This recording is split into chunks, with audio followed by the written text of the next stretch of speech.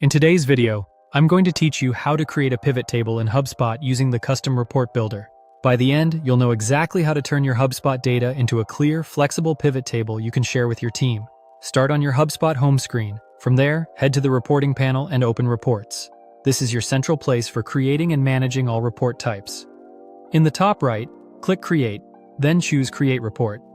This launches the flow for building something new. Select Custom Report. A custom report lets you choose your own data sources, define the fields you want to analyze, and control how the results are grouped and summarized. In short, it's ideal when you need flexibility beyond the standard templates. Click Next to continue. For this example, choose Create Report on your own. Next, pick Contacts as your primary data source.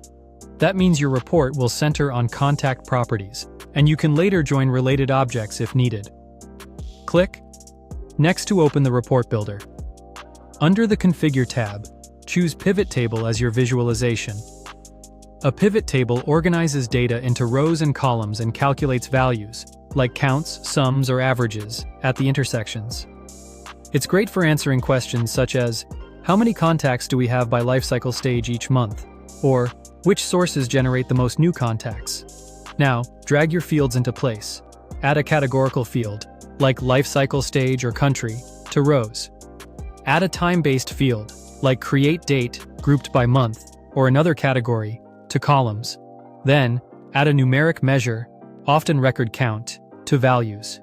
You'll see the grid populate with totals. Use sort to order rows or columns and apply filters to narrow your view, for example to a specific date range or segment. If your totals look off, double-check the aggregation type in values. Switch between count, sum, average, min, or max based on what makes sense for your question. Keep the layout clean. 2 to 3 fields per axis is usually easiest to read. When your pivot looks good, click Save Report. Give it a clear, consistent name, like Pivot. Contacts by lifecycle stage, by month, so teammates understand it at a glance. For this walkthrough, choose Don't Add to a Dashboard. You can always add it later, or you could send it straight to an existing dashboard if you already have one set up. Click Next. Set access permissions. In this example, choose Everyone, View Only, so the whole team can see the report without changing it.